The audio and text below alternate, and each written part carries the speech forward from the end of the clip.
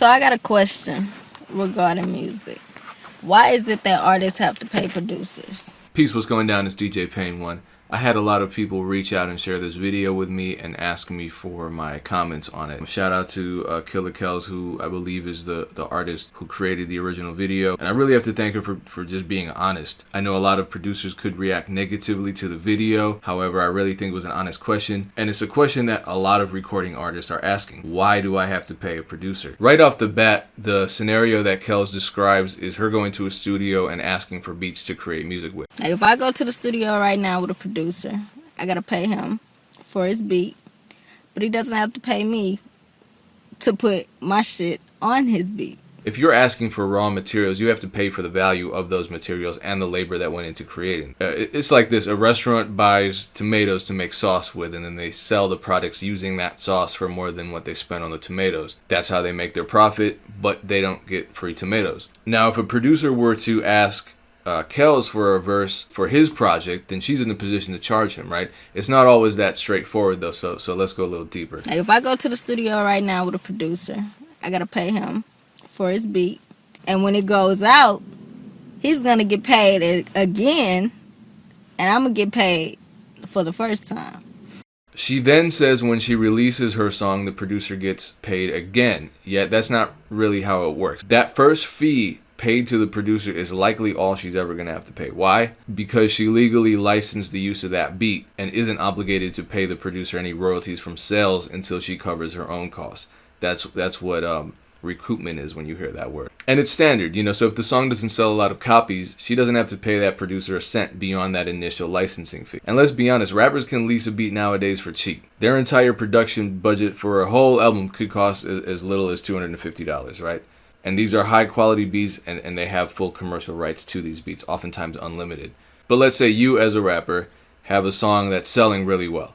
Producers aren't getting half of your sales money. I think that's a misunderstanding that a lot of rappers have. In the vast majority of all cases, that's not it. If you decide to go into an equal partnership, which I'll talk about in a second, that's different. But in virtually all other cases, producers are making cents on the dollar compared to the rapper for each sale of a song they produced. Now, the standard royalty rate for producers in the music industry is about 3%. It varies from time to time depending on how many sales a project makes. But that's a pretty low number. And when it comes to online sales, the terms of, say, a $30 lease probably allows that rapper to sell thousands of copies of the song without ever having to renew that $30 license. And that puts the recording artist at a huge advantage. Why is any exchange of money going on in between us when the money's supposed to come from the outside? I think a deeper issue is this: the average musician, producers included, doesn't see themselves as a small business. And unfortunately, the majority of them don't set themselves up as small businesses, and therefore they don't see business expenses as part of the process of creating a project for sale, right? They see them as unnecessary. So buying a beat is unnecessary, right? But when you treat yourself as a business, a necessary business expense is a write-off. And knowing that you paid for a quality service or material means your own product will be stronger and you won't have to deal with any BS in the future. I'll talk more about this later. So why should the rapper pay the producer, right? When you as a rapper or singer become a brand that is releasing music, you are the business, and you're contracting the producer to perform a service, right? The person starting virtually any small business takes a major risk by investing their own money or getting a loan or a third party's money to invest in their business, which they have to pay back. And their faith in themselves and their ability to run a successful business is what drives them.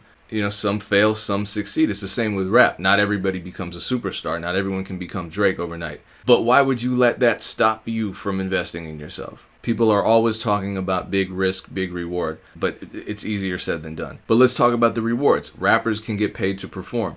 Rappers can sell their merchandise. Rappers can get endorsement deals. Rappers can charge for features. None of this has anything to do with the producer. All this money goes right to the rapper. So there's the reward. It favors the recording artist. Also, if and when a rapper signs to a major label, unless he signed a production deal or some other kind of agreement with a single producer, none of the producers on his or her project get any piece of that advance. So when you see news of rappers signing these $3, $4, $5, $6, $7, $8 million deals, that's their money. The producers don't get a piece of that. Now, lastly, if the song does blow up, it's likely generating a lot of performance royalties. And that comes from streaming services, radio play, licensing, etc. And yes, the producer is entitled to half of that money. But guess what? The money doesn't come out of the rapper's pockets. No, that money comes from the PROs. They pay that out, and they collect that money from the various companies that play the music. You know, Spotify, a radio station, MTV. So once again, the rapper is not paying the producer a second time at all. So, to me, it's a collaboration of music. You're the producer, I'm the artist. We both need each other to make this work. So why is it that I have to pay you and you don't have to pay me? I love partnership situations. I love working with artists who have similar goals, solid fan bases, and experience in the game. And 50-50 splits are good and fair, but both parties have to put in equal work, have equal investment, and equal commitment. I've been in too many situations that were more like 70-30 or 80-20, where I was doing all the work. I'm talking about producing, recording, mixing, mastering, graphic design, marketing, promotions, booking, and my brand was stronger. And I was still splitting the profits 50-50. And here's something else about partnerships that you probably didn't expect me to say. Producers are sensitive. So are engineers. And a lot of them don't know about the business either. And a lot of them aren't very professional. So they're not always the type of people you want to enter into these 50-50 handshake agreements with. Personally, if I were a rapper, I'd just pay whatever small fee an up-and-coming producer is asking for, get the agreement in writing, and move on. Because listen, if you don't pay them and get the terms clear, down the line they could throw a fit, take legal action against you, and at very least get your song taken down or make your life a nightmare. And trust me, I've seen it happen. It really all comes down to conducting yourself as a legitimate small business. It's not always just a matter of two musicians hanging out and just vibing to music. It's got to go deeper than that, because once somebody thinks you're making money, once a producer thinks you're making money off of them, then they start to get paranoid. Even if you're not making money off of them, even if you're not hiding anything, they might get paranoid and they might act on their emotions. So just treat others how you want to be treated. Treat them as professionals. You want to be treated as a professional. Pay them what they ask for. They can't say anything later on. You save yourself a lot of headache. And as I said, production these days isn't expensive. It's not a major expense. Leases are a great compromise for producers and recording artists, in my opinion. So I hope I explained in a logical manner why you as a rapper should pay a producer for making beats for you, and why you as a producer deserve to be compensated for your work. Because honestly, without these kinds of conversations, we argue, we don't learn from one another, we don't respect one another, we don't understand where the other person is coming from.